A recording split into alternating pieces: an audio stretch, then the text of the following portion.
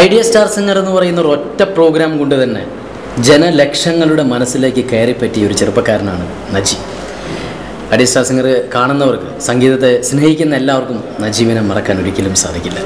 സാധാരണഗതിയിൽ ഓരോ പ്രോഗ്രാം ഓരോ സീസണിൽ വരുമ്പോൾ നമ്മൾ പോലും അവരെ മറന്നുപോകും. കാരണം സംഗീതത്തെ അവരും മറന്നു പോകുന്നത് കൊണ്ട് തന്നെയായിരിക്കണം. പക്ഷേ 10 പേര് തിരിച്ചറിയാൻ വേണ്ടിയിട്ടല്ല നജീം ഈ ഫീൽഡിലേക്ക് വന്നത് എന്നുള്ളതിൻ്റെ ഏറ്റവും വലിയ ഉദാഹരണമാണ് അദ്ദേഹം കുറേ ചിത്രങ്ങളിൽ പാടിയെന്നുള്ളത്.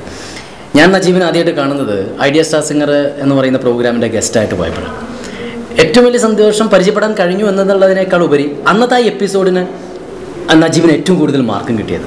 അപ്പോൾ ആ ഒരു പ്രോഗ്രാമിൽ പങ്കെടുക്കാൻ സാധിച്ചതിൽ എനിക്ക് വലിയൊരു സന്തോഷമുണ്ട്. കൂടാതെ തന്നെ ഇന്ന് നജീം ഒരു ആൽബം ഞാൻ ചെയ്തു എന്ന് പറഞ്ഞു വന്നപ്പോൾ സത്യം പറഞ്ഞ് വളരെയധികം സന്തോഷം തോന്നി. ഒരു ഫ്ലാറ്റ് അല്ലെങ്കിൽ ഒരു വീടെല്ലാം സ്വന്തമാക്കിയതും ഇതെല്ലാം എന്താ പറയുക ഈ സംഗീതം കൊണ്ട് തന്നെയാണ്. പക്ഷെ അവിടെ നിന്ന് തീരുന്നില്ല ചെറുപ്പക്കാരൻ്റെ ആ ഒരു ആഗ്രഹം, ആ ലക്ഷ്യം എന്ന് പറയുന്നത്.